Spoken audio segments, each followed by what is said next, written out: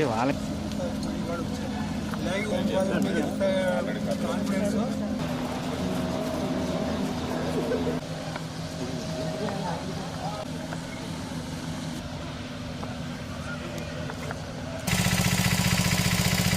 దమ్మాయిపర్తి train Palakollu 10-15 వార్డులు ముంచేసేటువంటి దుఃఖదాయని train.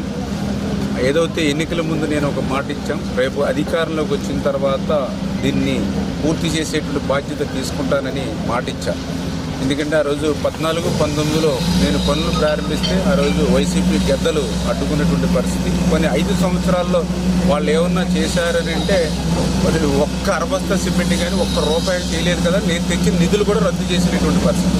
మళ్ళీ ఈరోజు అధికారంలోకి వచ్చిన 9 నెలల్లోనే మళ్ళీ ఈరోజు మరి 14 కోట్ల రూపాయలు అక్షరాల ఈ యొక్క దమ్మాయిపర్తికి నిధులు కేటాయించి మరి మొన్ననే మేము కొబ్బరికాయ కొట్టాము. మరి మొన్ననే తర్వాత రోజు కొలతలు వేశారు. మళ్ళీ ఈరోజు వెంటనే పనులు కాంక్రీట్ పనులతో సహా ప్రారంభించారు. అంటే మాట ఇస్తే ఆ మాటను నిలుపుకునేటానికి ఈ యొక్క దమ్మాయిపర్తి డ్రైనే ఒక ఉదాహరణ అనే విషయాన్ని సందర్భంగా తెలియజేసుకుంటూ, ఇది క్లిష్టమైనటువంటి పని, ఊబిలో చేసేటువంటి పని. ఎప్పటికప్పుడు డ్రైన్స్ నుంచి నీరంతా కూడా దీంట్లోకి వచ్చేసేటువంటి పరిస్థితుల్లో కూడా, అటువంటి ప్రతికూల పరిస్థితుల్లో కూడా వర్క్ని ఎప్పటికప్పుడు ఇన్స్పెక్షన్ చేసుకుంటూ ఈ యొక్క దమ్మాయిపర్తిని